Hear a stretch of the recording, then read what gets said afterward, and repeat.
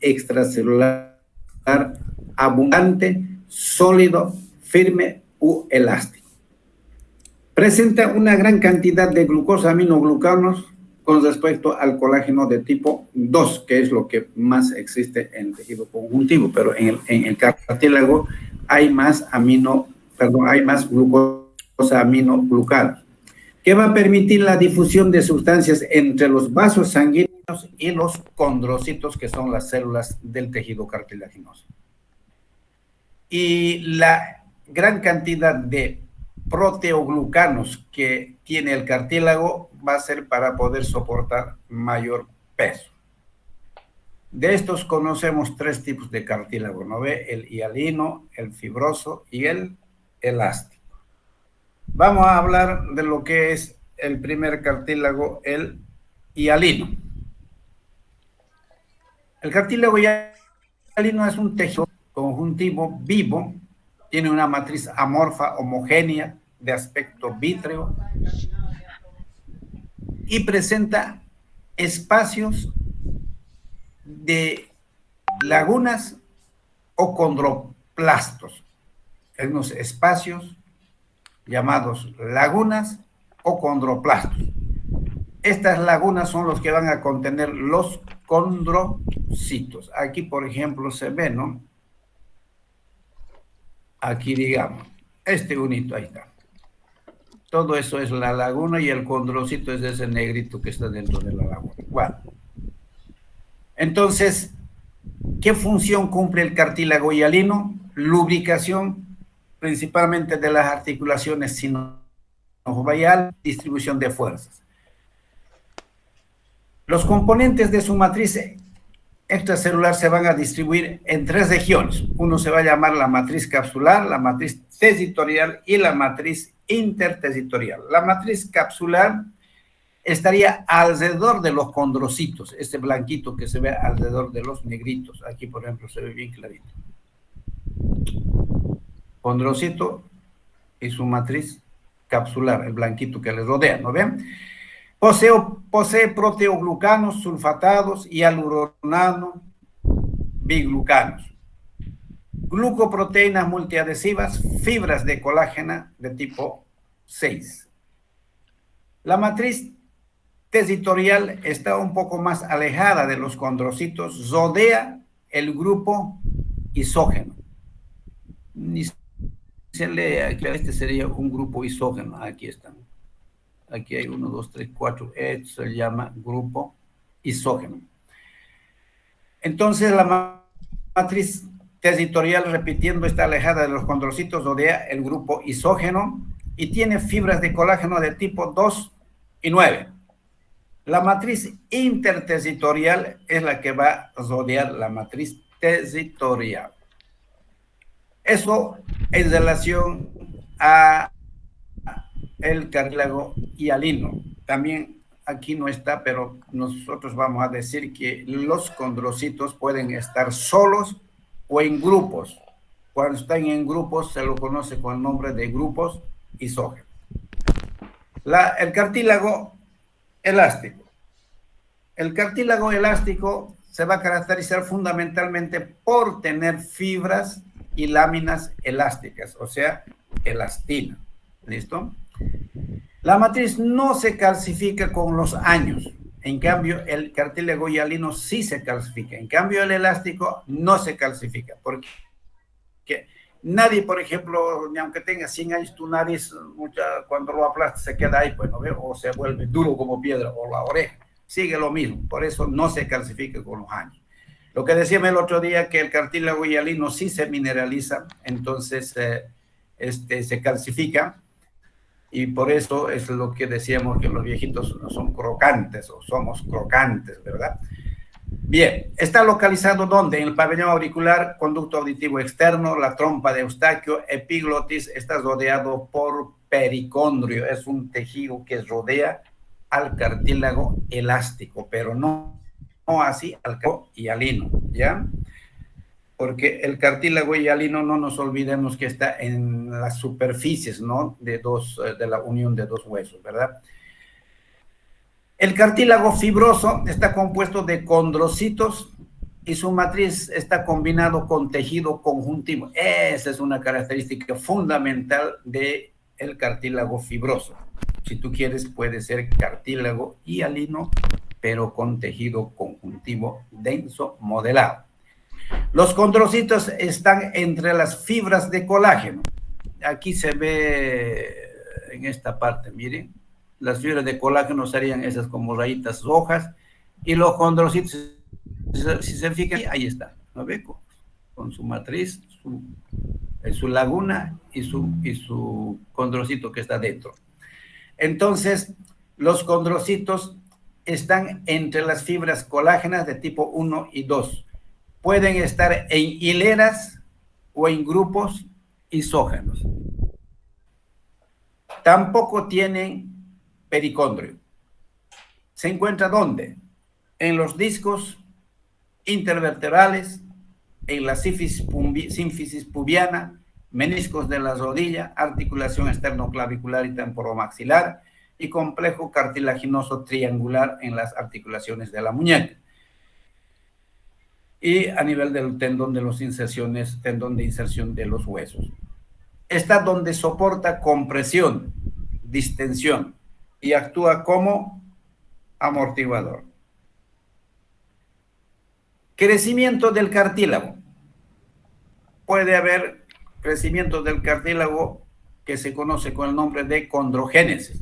Es el proceso de desarrollo del cartílago que va a comenzar con la aglomeración de células mesenquimáticas. También existe el crecimiento por aposición y el crecimiento intersticial. Estos hay que chequearlo en el libro. En la calcificación del cartílago hialino, que es reemplazado por tejido óseo.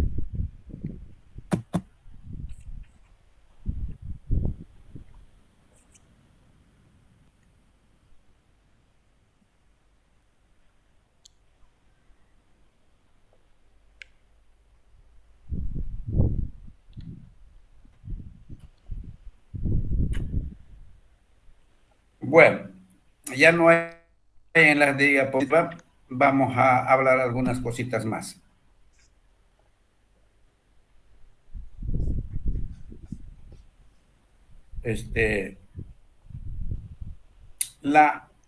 Una patología muy frecuente con la edad se llama la osteoartritis, que sería una artropatía degenerativa, la más común. Está relacionado con el envejecimiento y lesión del cartílago articular.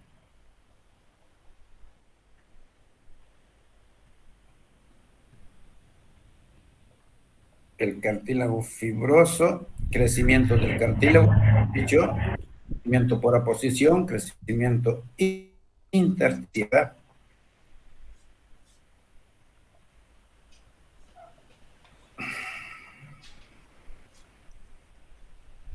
Y ya, yo creo que con eso se acabó todo lo que es cartílago o tejido cartilaginoso. Ahora veríamos lo que es el tejido óseo. El tejido óseo, una placa siempre clásica van a ver así como esto.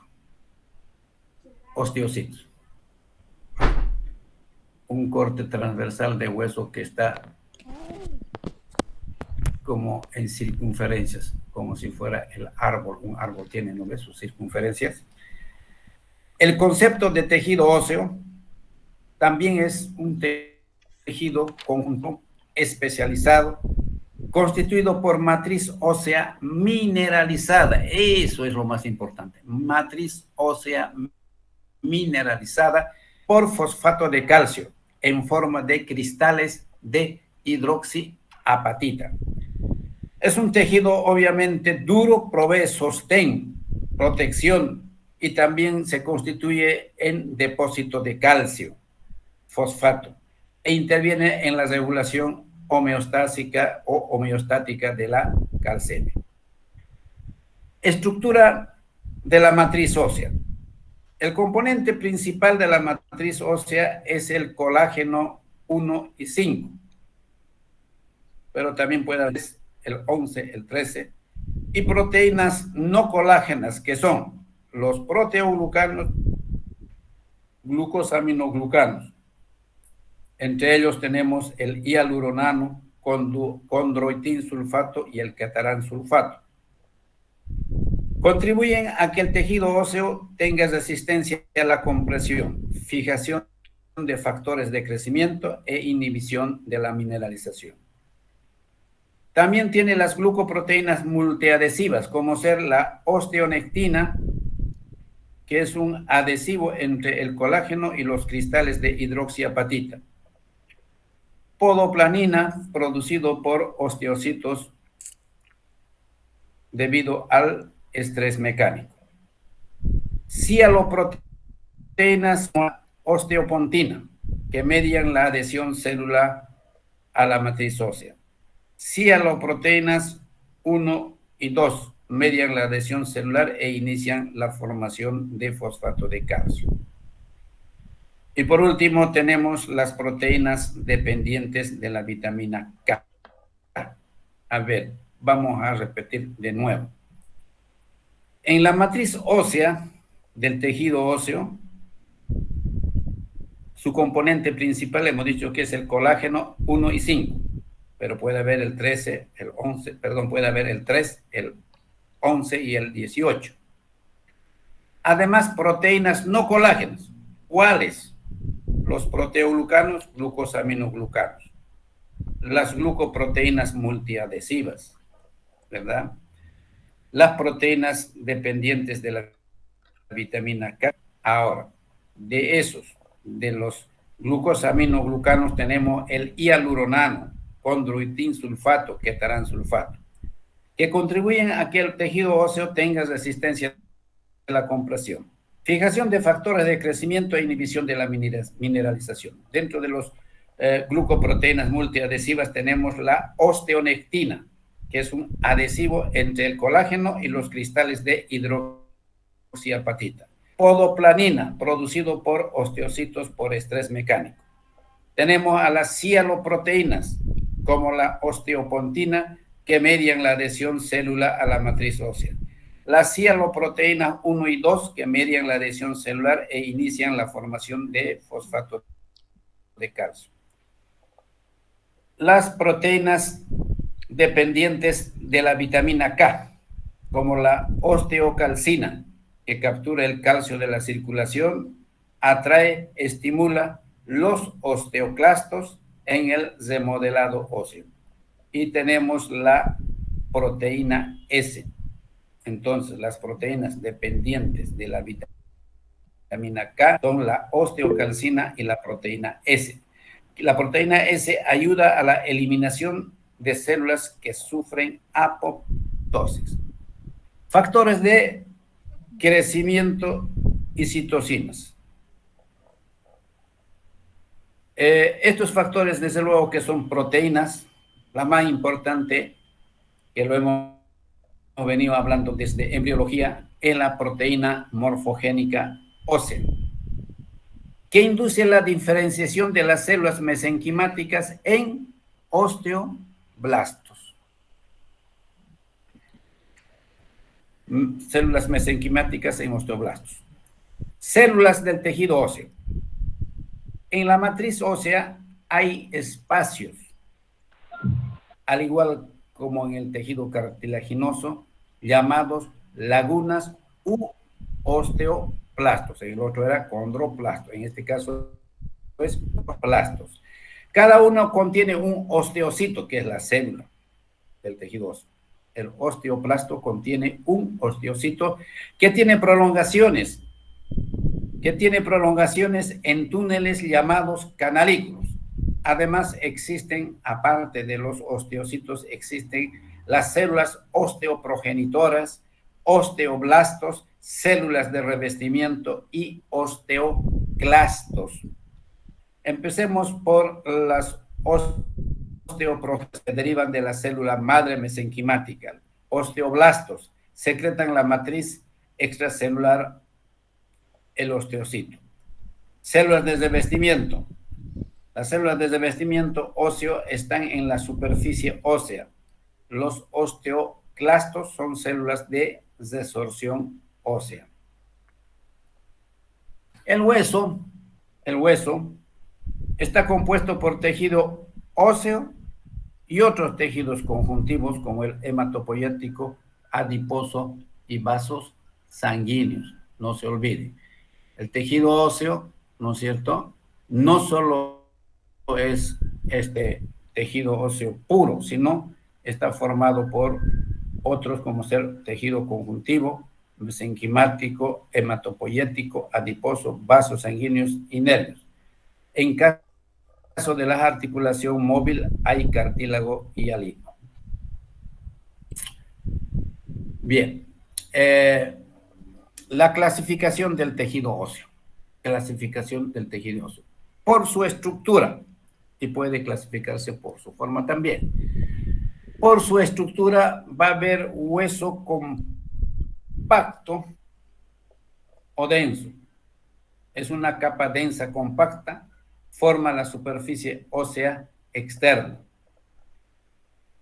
El hueso esponjoso es una malla de aspecto esponjoso compuesta por trabéculas, que son delgadas espículas de tejido óseo anastomosadas. Está en la parte interna del hueso y tiene la médula y vasos. Tiene la médula y los vasos sanguíneos. Por su forma, el tejido óseo se va a clasificar en largos, anchos, planos y regulares. Entre los largos ya ustedes se la conocen muy bien. Tienen la longitud mayor que las otras dimensiones. Tiene diáfisis y dos epífisis, húmero, fémur, ¿no ven? Cortos, las tres dimensiones son iguales. Longitud, ancho y profundidad. Por ejemplo, tenemos los huesos del carpo. Planos son delgados y anchos. Tenemos a los huesos del cráneo, frontal, occipital, temporal, etc.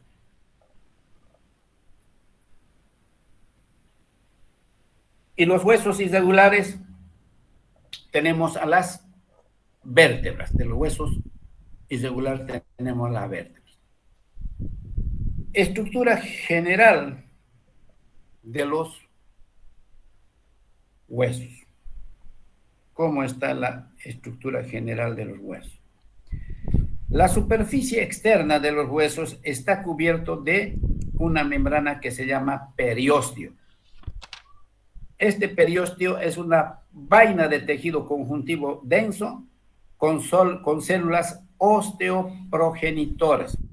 Esto es importante. La superficie externa del hueso está cubierto por periósteo, que es una vaina de tejido conjuntivo denso, pero con células osteoprogenitoras, excepto en las articulaciones, en lugares donde se articula el hueso. Tiene dos superficies, ¿ya? Una capa fibrosa externa, y una capa celular interna, que tiene las células osteoprogenitoras. Las fibras de Sharpe. ¿Qué son las fibras de Sharpe?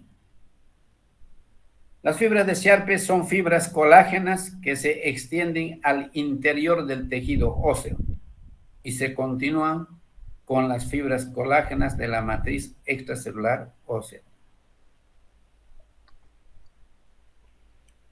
Cavidades óseas. Las óseas están revestidos por otra vaina, una membranita que es el endostio. Por la superficie externa se llama periósteo, por la superficie interna se llama endostio.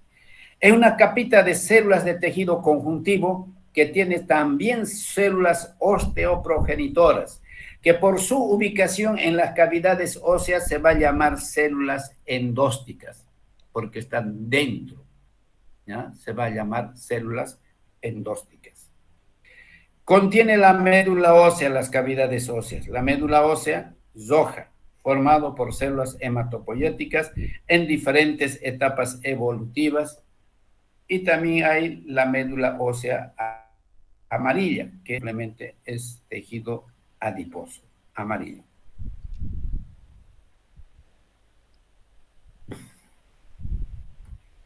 Tipos de tejido óseo.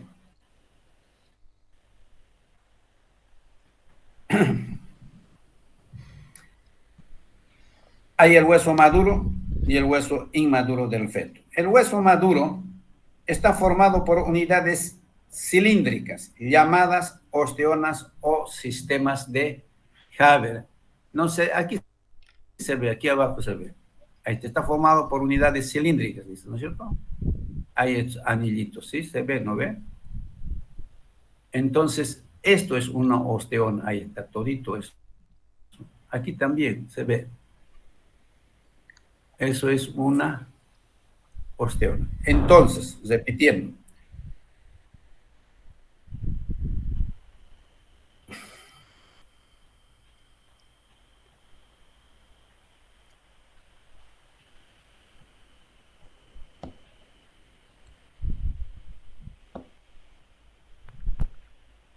Entonces, repitiendo, el hueso maduro está formado por tejido óseo formado por unidades cilíndricas llamadas osteonas o sistemas de Haber, que son laminillas concéntricas de matriz ósea alrededor del conducto central o conducto de Haber, que contiene vasos y nervios. Aquí vemos nosotros. Este sería aquí el conducto de Haber. Aquí, ahí estaría, ¿no ven? ¿Verdad? Entonces, esos conductos de Haber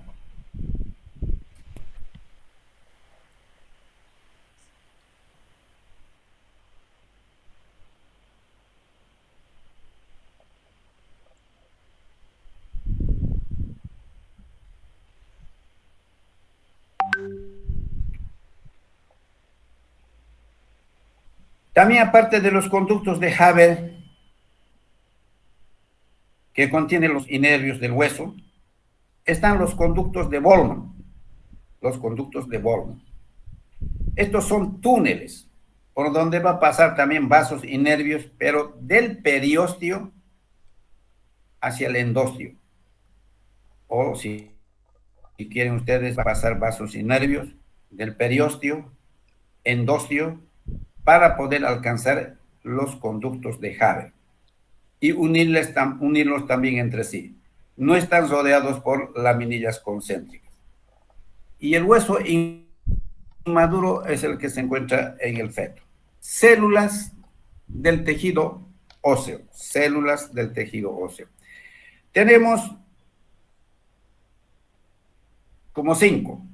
Las células osteoprogenitoras, las células de revestimiento, osteoblastos, el osteocito y el osteoclasto. Empezamos por la primera célula del tejido óseo, osteoprogenitoras. Derivan de la célula madre mesenquimática o la médula ósea. Son células aplanadas con núcleo alargado, ovoide, pálido, tiene retículo endoplasmático rugoso, ribosomas libres. La proteína que desencadena la diferenciación de las células osteoprogenitoras es un factor de transcripción llamado factor fijador central alfa 1. De nuevo. Entonces, la proteína que va a desencadenar la diferenciación de las células osteoprogenitoras es un factor de transcripción llamado factor fijador central alfa 1. Las células osteoprogenitoras son células en reposo. Pueden transformarse en un osteoblasto y secretar matriz ósea. Estas células son las células periósticas que forman la capa interna del periósteo. y las células endósticas que tapizan las cavidades medulares, los conductos de Haber y de Boltzmann. Los osteoblastos son células secretoras más activas de matriz celular que existe en el tejido óseo. Las células de revestimiento óseo derivan de los osteoblastos. En las superficies externas del hueso se llaman células periósticas, ¿no ve? A las que tapizan las superficies internas se las conoce con el nombre de células endósticas. Repitiendo, los que revisten la superficie externa del hueso se llama células periósticas. Las que tapizan la superficie interna son las células endósticas. Intervienen en el mantenimiento y la nutrición de los osteocitos. Regulan el movimiento del calcio y fosfato de la sangre hacia el hueso. Eso es todo en relación a las células de revestimiento óseo. El osteoblasto. El osteoblasto es una célula osteoformadora diferenciada que secreta matriz ósea, principalmente colágeno de tipo 1, proteínas de la matriz, que es la parte no mineralizada llamada osteoide. Los osteoblastos conservan su capacidad de dividirse. Tienen a su cargo la calcificación de la matriz, que es iniciado mediante la secreción hacia la matriz.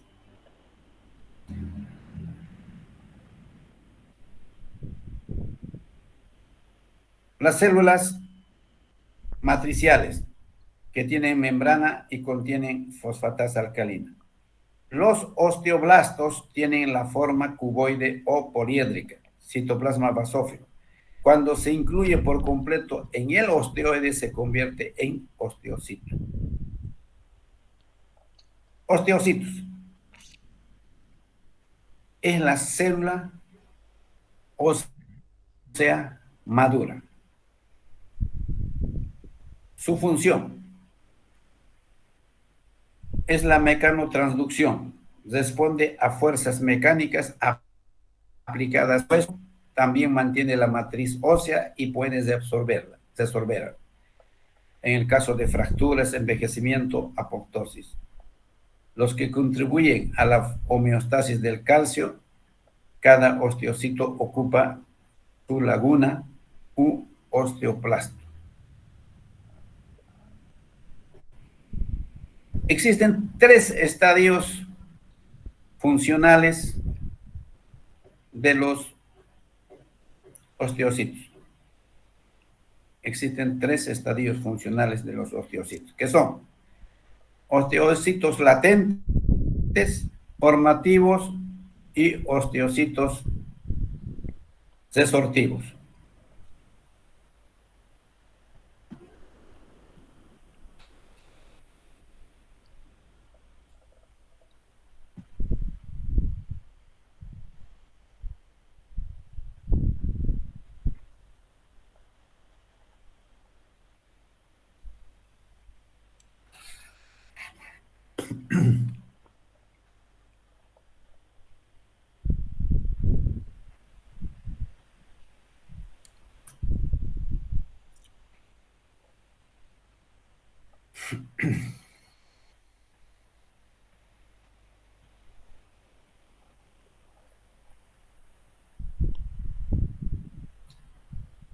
Otra célula, los osteoclastos. Son células multinucleares grandes. Se encuentran en los sitios donde hay resorción ósea, o sea, son células fagocíticas, que es su función. Por debajo del osteocito se va a formar por debajo del osteoclasto, se va a formar una excavación llamada laguna de resorción o laguna de Hoshit, que contiene gran cantidad de lisosomas, hierro. Derivan de la fusión de las células progenitoras hematopoyéticas mononucleares por efecto de citocinas múltiples. Durante la resorción ósea, los osteoclastos muestran 3 regiones. Entonces, vamos a volver a repetir. Los osteoclastos son células multinucleares grandes. Se encuentran en lugares donde hay desorción ósea, porque son células fagocitos. Su función importante está por debajo del osteoclasto. Se va a formar una excavación llamada laguna de desorción o laguna de Hoshi, que contiene gran cantidad de lisosomas y hierro. Derivan de la fusión de las células progenitoras hematopoyéticas mononucleares por efecto de citocinas múltiples. Durante la desorción ósea, los osteoclastos muestran tres regiones. Uno, un borde festoneado, zona clara y región vasolateral. ¿Ya? Empecemos por el borde festoneado que tiene el osteoclasto. El borde festoneado o defeclado está en contacto directo con el hueso. Está encargado de aumentar la superficie para la exocitosis de las enzimas hidrolíticas, secreción de protones, endocitosis de los productos de la degradación. Zona clara es la zona de sellado, delimita la superficie ósea en desorción, y la región vasolateral interviene en la exocitosis de lo digerido. Y por último, para terminar el tejido óseo está la formación del hueso. En algún momento ya lo mencionamos. La osificación. Existen dos tipos, ¿no ve? Uno que se llama intramembranosa y otro que se llama endocondral. La intramembranosa se forma sin la intervención de un cartílago precursor, o sea, la osificación ósea intramembranosa se realiza sin la intervención de un cartílago precursor. Entonces, se va a realizar por diferenciación de las células mesenquimáticas en osteoblastos. La matriz ósea neoformado presenta pequeñas espículas y trabéculas irregulares que aumentan de tamaño y se produce el crecimiento por aposición. El tejido formado por este proceso se llama hueso intramembranoso. Entonces, la osificación intramembranoso forma el hueso intramembranoso. Generalmente aparece en la 8ª semana ya de desarrollo embrionario y podemos mencionar los huesos formados por este tipo de osificación, huesos planos, por ejemplo, de la cara, del cráneo y la clavícula. Eso en relación a la intramembranosa. Dos cositas importantes. No requiere la intervención de un cartílago precursor, ¿no es cierto?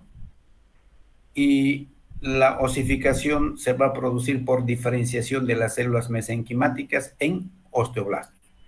La osificación endocondral.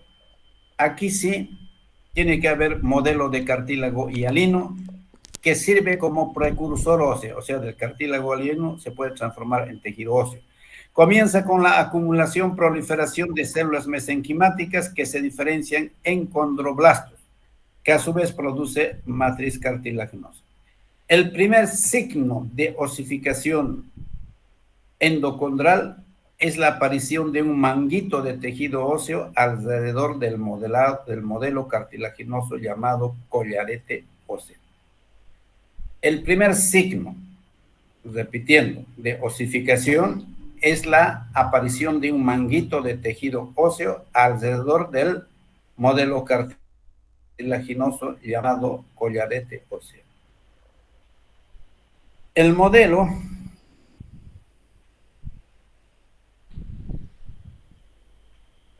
Este modelo de formación ósea deja de producir condroblastos y produce osteoblastos. El pericondrio deja su función y se vuelve en periósteo. La matriz cartilaginosa calcificada impide la nutrición y causa la muerte de los condrocitos. Repitiendo, en este modelo de crecimiento óseo deja de producir condroblastos y se va a producir osteoblasto. El pericondrio deja su función y se vuelve en periósteo. La matriz cartilaginosa calcificado impide la nutrición y causa la muerte de los condrocitos.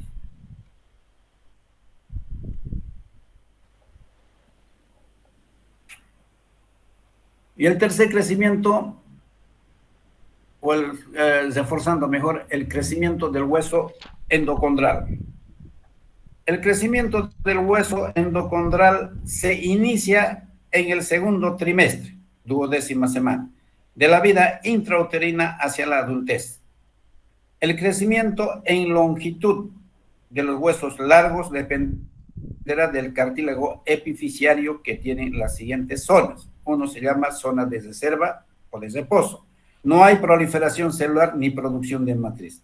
2, zona de proliferación que está contigua a la anterior, existe mitosis de condrocitos, hiperplasia. Zona de hipertrofia, los condrocitos aumentan de tamaño. Y la zona de calcificación, las células hipertróficas comienzan a degenerarse y la matriz se calcifica. Y por último tenemos la zona de resorción. Cercana a la diáfisis, el cartílago calcificado está en contacto con el tejido conjuntivo de la cavidad medular, que junto con los vasos invaden la región ocupada por los condrocitos como puntas de lanza llamadas espículas. El cartílago es desorbido y queda hueso esponjoso maduro o hueso esponjoso primario.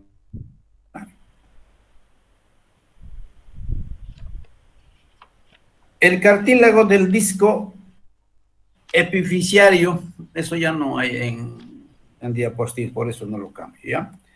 El cartílago del disco epifisiario tiene la función de mantener el proceso de crecimiento. Conforme el hueso crece en longitud, es necesario el remodelado óseo, que es la resorción preferencial de algunas partes de un hueso y la formación ósea en otras partes.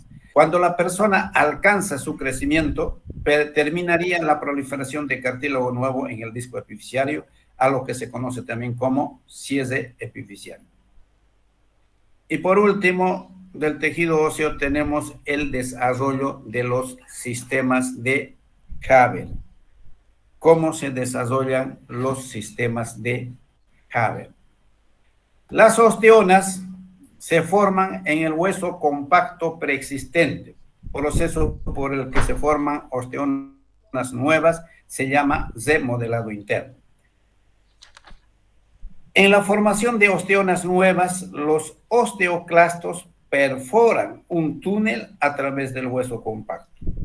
Hueso compacto del adulto contiene sistemas de Haber, tamaño y antigüedad variable.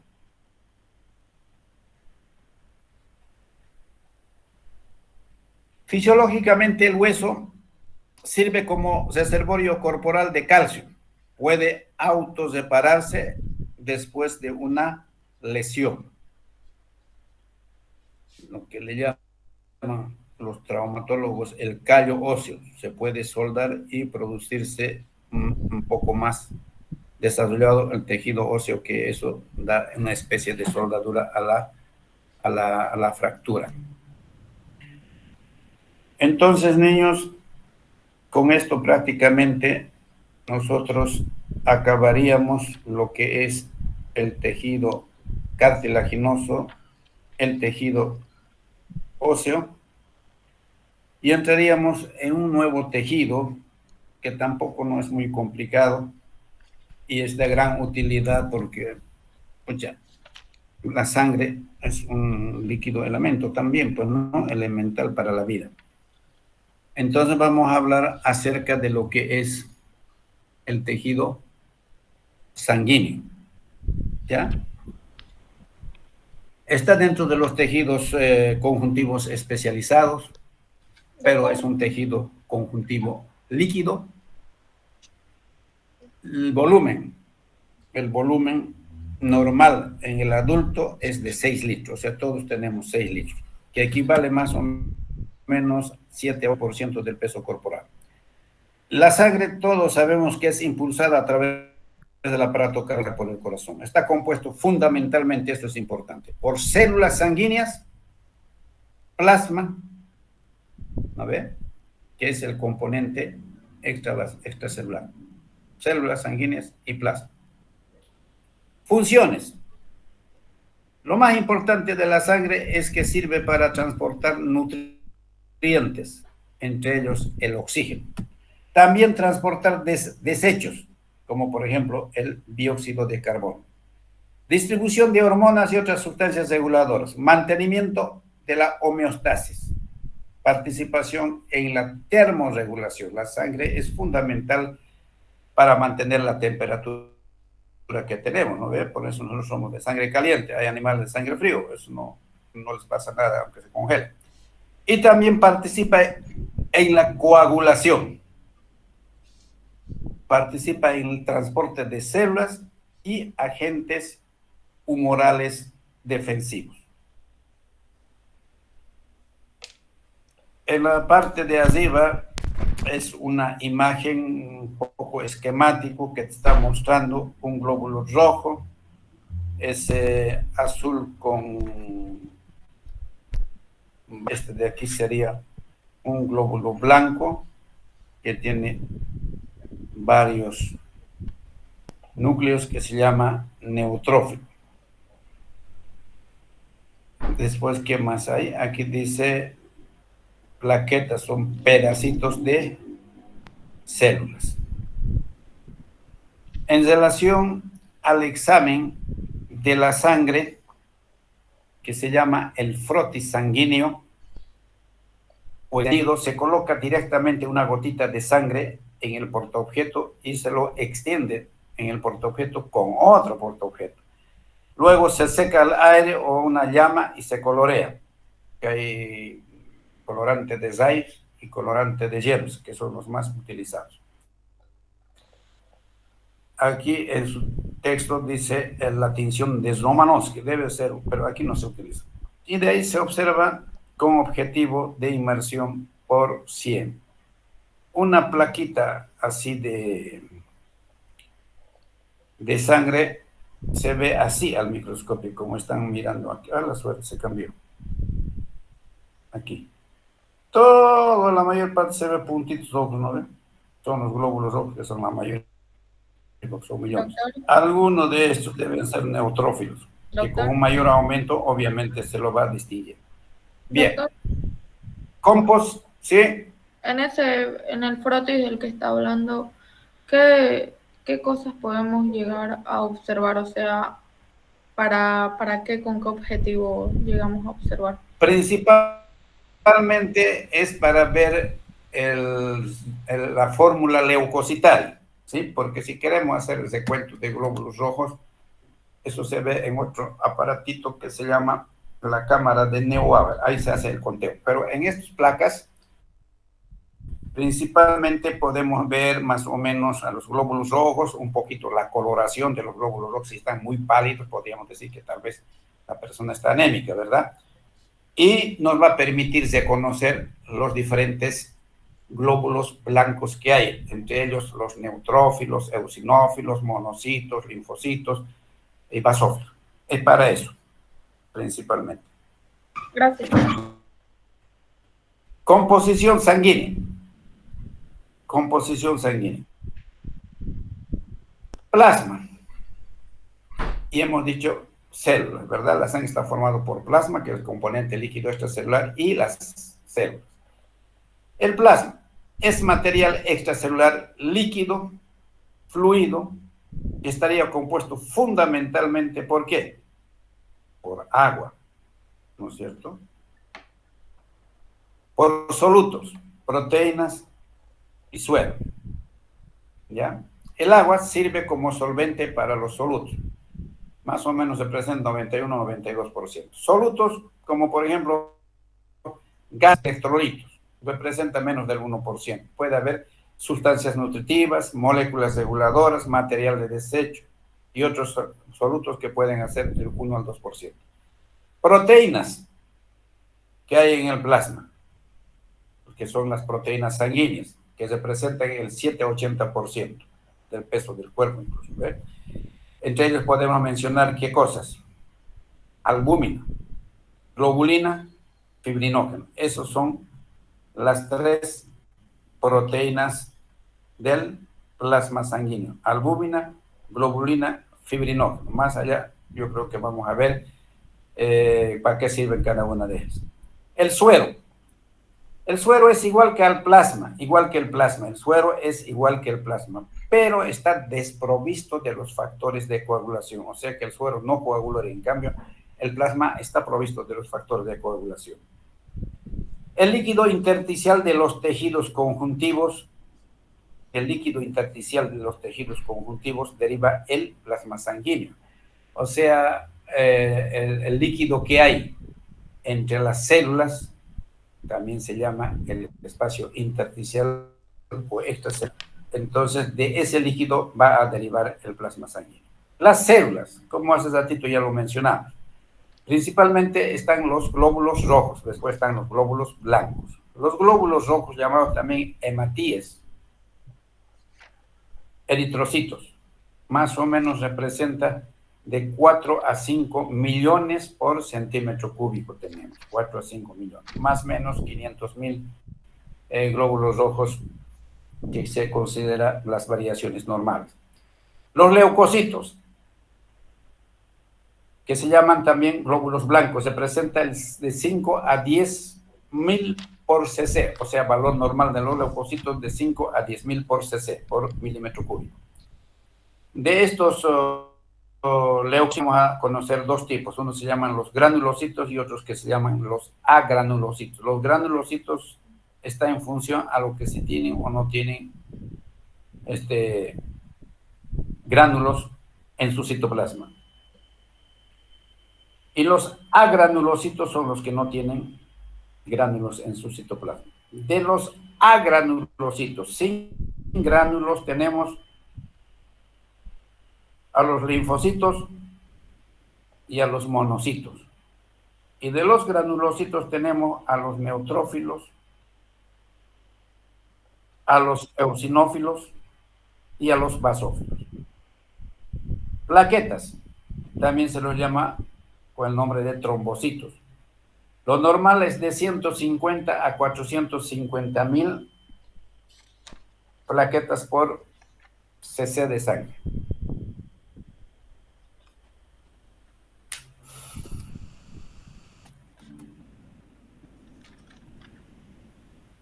Ahora vamos a ir a hablar un poquito más acerca del plasma. El plasma tenemos, ya dijimos, las proteínas. Albúmina. La albúmina, la proteína más importante, corresponde a la mitad de las proteínas. Es el responsable del gradiente de concentración de sangre líquido extracelular. O sea, la albúmina es el responsable de la presión coloido-osmótica. Mantiene el volumen sanguíneo con respecto al volumen del líquido hístico. Globulinas. De las globulinas tenemos a las inmunoglobulinas gamma, que son secretados por los plasmocitos. Son los anticuerpos, y las no inmunoglobulinas alfa y beta secretados por el hígado ayudan a mantener la presión osmótica. Sirven como proteínas transportadoras. Fibrinógeno. Entonces, se sintetiza en el hígado, se transforma en fibrina.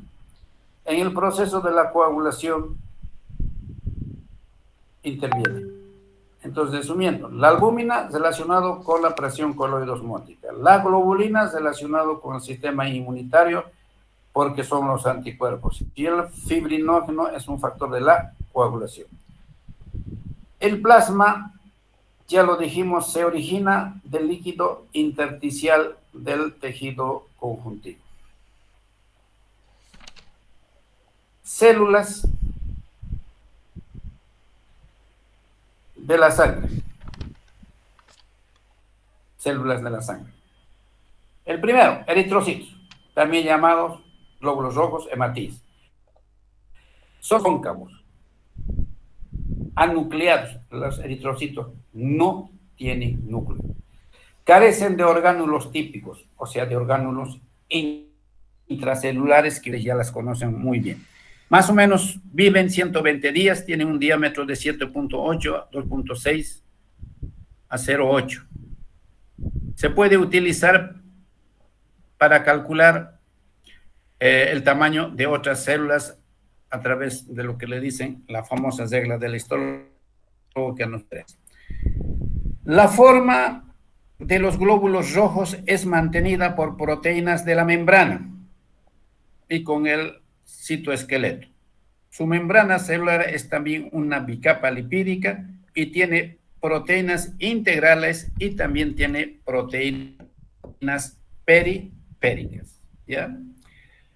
Entre las integrales tenemos glucoforinas, que intervienen en la adhesión de la célula, que interviene en la adhesión de la matriz celular al citoesqueleto. La proteína banda 3, que fija la hemoglobina.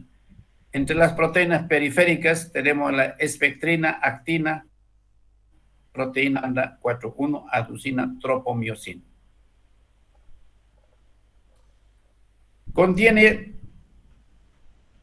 Contiene a la hemoglobina, que es una proteína transportadora de oxígeno y dióxido de carbono. Está compuesto, o sea, la hemoglobina estaría compuesto por 4 cadenas de polipéptidos. Cada una forma un complejo con un grupo hemo, el grupo hemo que contiene fierro. El valor normal de glóbulos rojos más o menos es de 4 a 5 millones por cc. Vamos a hablar de los glóbulos blancos o los leucocitos. Se clasifican en 2 grupos que ya lo dijimos, por la ausencia o la presencia de gránulos específicos en su citoplasma, ¿verdad? Los granulocitos son, los que tienen gránulos son los neutrófilos, eosinófilos y basófilos. Neutrófilos, basófilos. Neutrófilos. Aquí está el neutrófilo. Exactamente se ve así en una placa. ¿Dónde está el cursor? Aquí está. Ay, señor. Tiene varios lóbulos. Por esta se le llama polimorfo nucleasa. Los neutrófilos. Son los más abundantes y comunes. Se presentan más o menos de la fórmula leucocitaria 48 a 66%. ¿Qué quiere decir? Que de 100 leucocitos que contemos, 48 o 66 van a ser neutrófilos. Bien. Su nombre proviene de las características tintoriales que tiene su citoplasma. Su núcleo es múltiple, lobulado, como lo estamos viendo. No se puede tener de 2 a 4, por lo que se lo llama también polimorfo nuclear. Tiene una característica que ya en algún momento lo habíamos hablado, ¿no es cierto?, que es el famoso corpúsculo de Barr. ¿Se acuerdan? Corpúsculo de Barr, que solamente se ve en las mujeres. Es un cromosoma X en forma de palillo de tambor, en forma de palillo de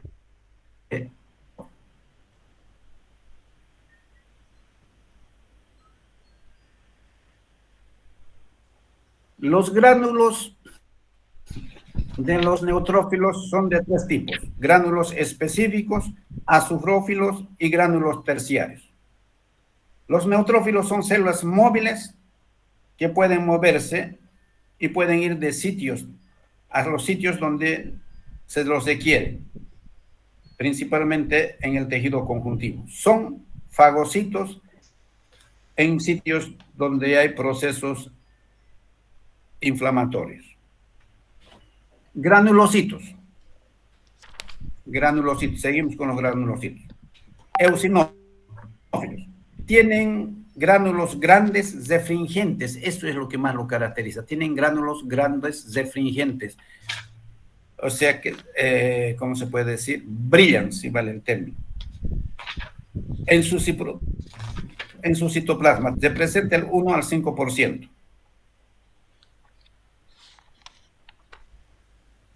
Núcleo bilobulado. Los gránulos son de 2 tipos: gránulos específicos y gránulos azurófilos. Los eosinófilos se asocian a reacciones alérgicas.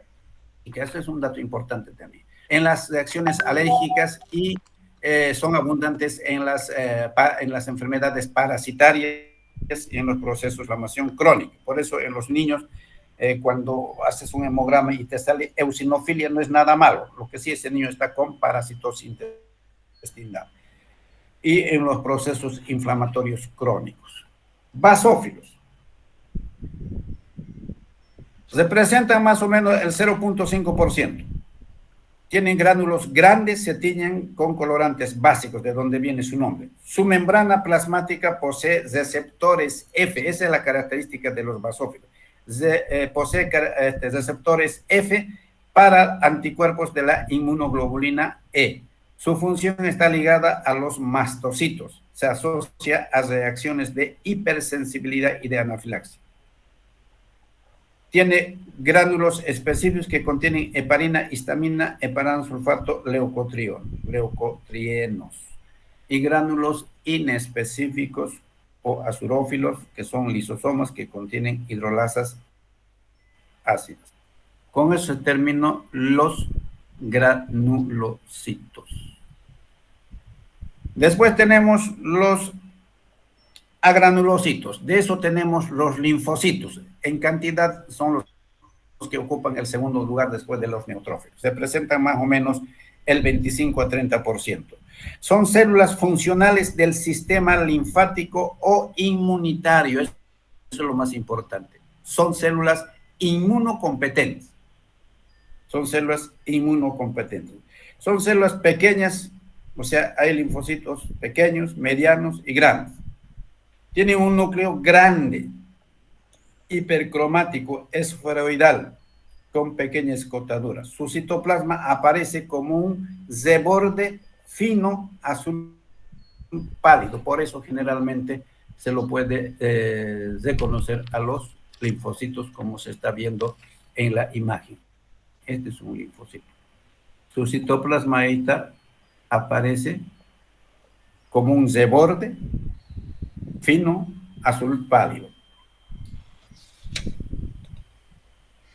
Tipos de linfocitos desde un punto de vista funcional. 3 tipos solamente. Los linfocitos T, los linfocitos B y los linfocitos NK. Los linfocitos T se diferencian en el tipo, representan el 60-80% de los linfocitos, relacionada con la inmunidad mediada por células.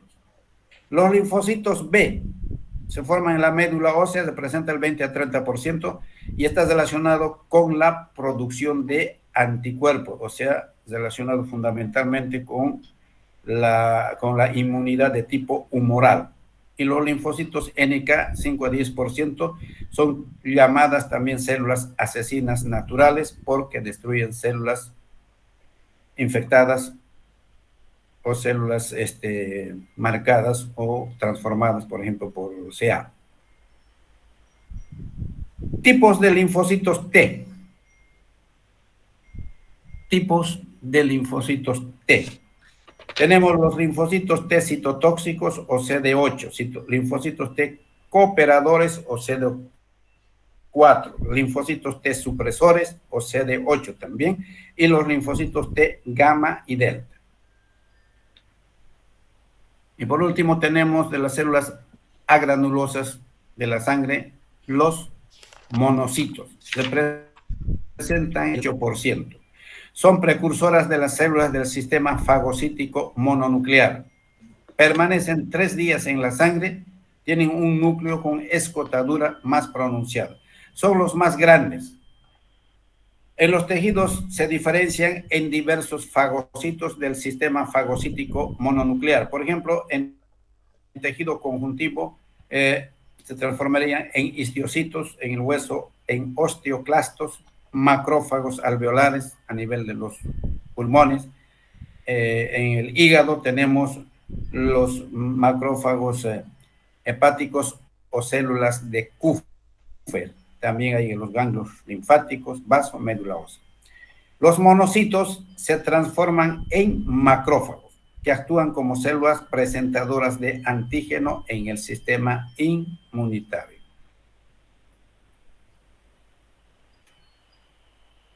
Después tenemos a las plaquetas o trombocitos.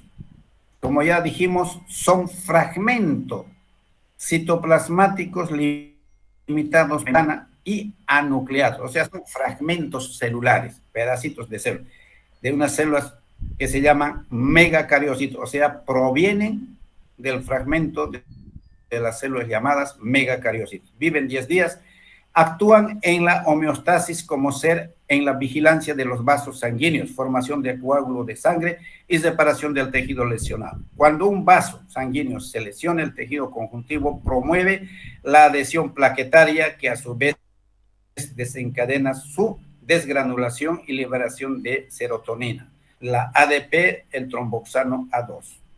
La estructura de las plaquetas según su organización y función.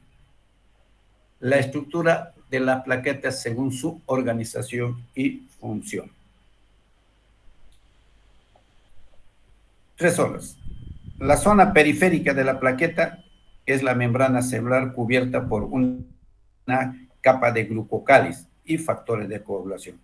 La zona estructural está compuesta por microtúbulos, filamentos de actina, miosina, proteínas fijadoras de actina.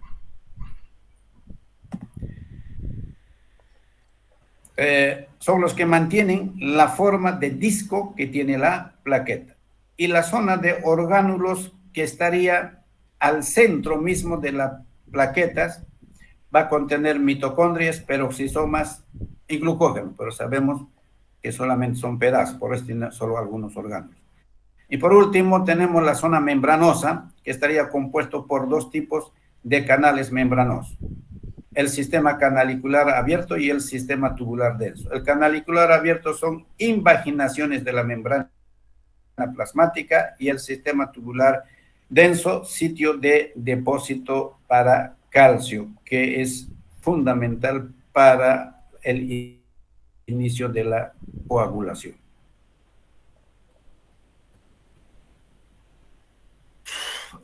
Bueno, formación de la sangre. Tenemos la hematopoiesis, ¿no ve? Que es el origen de la sangre. Entonces, de la hematopoiesis puede haber eritropoiesis, origen de los glóbulos rojos, leucopoiesis, origen de los glóbulos blancos, y la trombopoiesis, de los plaquetas. El objetivo de la hematopoiesis es mantener en cantidad constante los diversos tipos celulares de la sangre.